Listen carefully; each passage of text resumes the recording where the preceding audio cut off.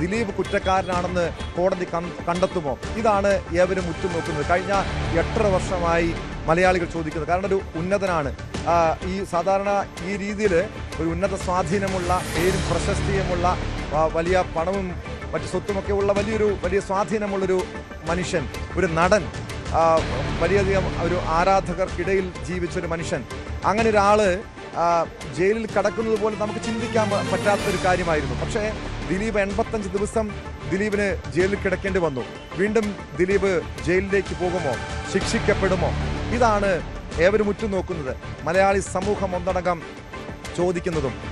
കാരണം ഇന്നത്തെ ഒരു ദിവസത്തിന് വേണ്ടിയുള്ള കാത്തിരിപ്പ്, വലിയ നിയമ പോരാട്ടങ്ങൾ ഇതിനു വേണ്ടി നടത്തേണ്ടി വന്നതാണ്. കാരണം അതിജീവിതയ്ക്ക് നീതി ലഭിക്കണം, അവൾക്ക് നീതി ലഭിക്കണമെന്ന് മലയാളി സമൂഹം, സ്ത്രീ സമൂഹം മാത്രമല്ല മലയാളി സമൂഹം ഒന്നടങ്കം പറയുന്നുണ്ട്. കാരണം ഇവിടുത്തെ സ്ത്രീകളുടെ ഒരു സുരക്ഷ, ഒരു സ്ത്രീക്കെതിരെ ഈ രീതിയിലുള്ള ബലാത്സംഗം, അതിക്രമം ഉണ്ടായാൽ ഈ കേസിലെ വിധി ഒരു താക്കീതാകണം എന്ന് പൊതുസമൂഹം ചിന്തിക്കുന്നുണ്ട്. കാരണം ഇനി ഒരു സ്ത്രീയും ഇതുപോലെ ശിക്ഷിക്കപ്പെടരുത്, ഇതുപോലെ ആക്രമിക്കപ്പെടരുത്. എനിക്ക് തോന്നുന്നു 2017 ഫെബ്രുവരിയിൽ ഈ സംഭവം നടന്ന് ഏതാനും ദിവസങ്ങൾക്കുള്ളിൽ കൊച്ചിയിലെ സിനിമാ പ്രവർത്തകരുടെ കൂട്ടായ്മ സംഘടിപ്പിച്ച അതിജീവിതയ്ക്ക് വേണ്ടി അവർ സംഘടിപ്പിച്ച ആ പ്രതിഷേധ പരിപാടി, ഐക്യദാർഢ്യ സമ്മേളനത്തിൽ അന്ന് ദിലീപ് പറഞ്ഞൊരു കാര്യമുണ്ട്: നമ്മുടെ വീടുകളിൽ ഒരു പെൺകുട്ടിക്കും ഈ അവസ്ഥ ഉണ്ടാകരുത്, ഞാനതുകൊണ്ട് ഒപ്പം ഉണ്ടാകും, ഞാനും നിങ്ങൾക്കൊപ്പം ഈ അതിജീവിതയ്ക്ക് നീതി കിട്ടാൻ വേണ്ടി ഒപ്പം ഉണ്ടാകുമെന്ന് പറഞ്ഞ ദിലീപ് ദിവസങ്ങൾക്കുള്ളിൽ ഈ കേസിൽ പ്രതിയായി. ഏറ്റവും പ്രധാനപ്പെട്ട വാർത്ത, 1 മുതൽ 6 വരെയുള്ള പ്രതികൾ കുറ്റക്കാർ എന്ന ഏറ്റവും പുതിയ വാർത്തയാണ് പ്രേക്ഷകരുമായി പങ്കുവയ്ക്കാനുള്ളത്.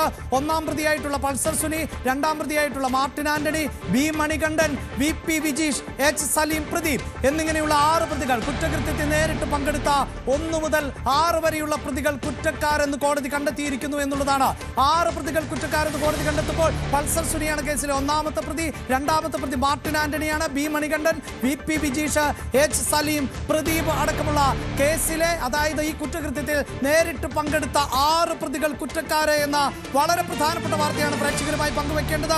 3000-ലധികം ദിവസങ്ങൾ നീണ്ട കാത്തിരിപ്പിനൊടുവിൽ ഇരയ്ക്ക്, അതിജീവിതയ്ക്ക് നീതി ലഭിക്കുന്നു എന്ന് വേണം നമുക്ക് ഈ ഘട്ടത്തിൽ മനസ്സിലാക്കാൻ. വൈകിയെത്തിയ നീതിയെങ്കിലും നീതിപൂർവമായി തന്നെ കോടതിയുടെ ഭാഗത്ത് നിന്ന് ഇടപെടലുകൾ ഉണ്ടാകുന്നു എന്നുള്ളതാണ് നമുക്ക് മനസ്സിലാക്കാൻ സാധിക്കുന്നത്. ബലാത്സംഗം ഉൾപ്പെടെയുള്ള കുറ്റങ്ങളാണ് ഇപ്പോൾ തെളിഞ്ഞിട്ടുള്ളത് എന്നുള്ളതാണ്. ബലാത്സംഗത്തിന് ഈ 6 പേരും ഭാഗമായി എന്ന നിരീക്ഷണത്തിലേക്ക് കോടതി എത്തിയിരിക്കുന്നു. എറണാകുളം പ്രിൻസിപ്പൽ സെഷൻസ് കോടതിയാണ് ഇപ്പോൾ വിധി പ്രസ്താവിച്ചുകൊണ്ടിരിക്കുന്നത്. പ്രതിപട്ടികയിലെ 1 മുതൽ 6 വരെയുള്ള പ്രതികൾ ആണ് ഇപ്പോൾ കുറ്റക്കാർ എന്ന് കോടതി നിരീക്ഷിക്കുന്നത്. ഇവർക്ക് നേരെയാണ് ബലാത്സംഗ